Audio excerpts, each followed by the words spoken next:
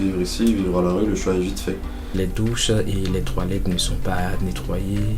Notre objectif, c'est quoi? C'est que le Crous ferme ses bâtiments et qu'on reloge les étudiants.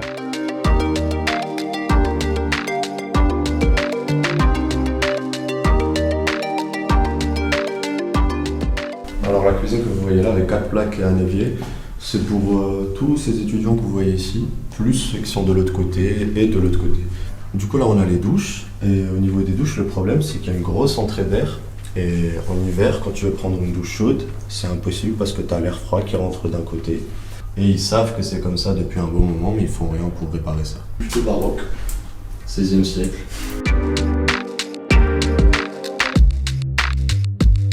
Ça, c'est des portes qui ont 30 ans, facile.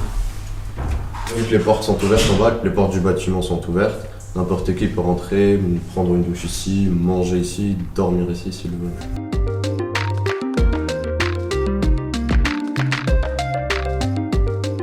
J'ai dit que j'avais des punaises, j'avais des cafards, et on m'a dit qu'il fallait ramener mes affaires, les congeler tout le linge, les habits, etc. Et que c'était la procédure, et qu'ensuite je pourrais changer de chambre. Sauf que de base, j'étais pas venu pour congeler mes vêtements, j'étais venu pour changer de chambre. Et ils n'ont pas réussi à comprendre ça. Ils ont un congélateur spécial, etc. Ils mettent tout dedans. Mais je connais des étudiants qui ont fait ça et qui ont toujours des punaises après cette procédure. Ils estiment que c'est pas très grave des punaises. C'est pas normal de payer pour ça. Ouais, ils sont en courant, ils passent, je pense, 2 ou 3 fois par an. Pour être désinfecté, ouais. Ils mettent un petit peu de produit dans les coins de la chambre, mais ça suffira pas.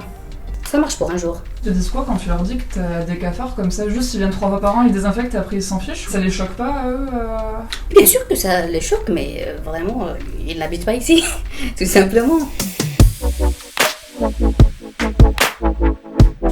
J'ai regardé sur internet qu'il y a, en fait, si on utilise des farines blancs, ça peut les éliminer. Donc voilà pourquoi je verse un peu de farine blanc à côté du lavabo.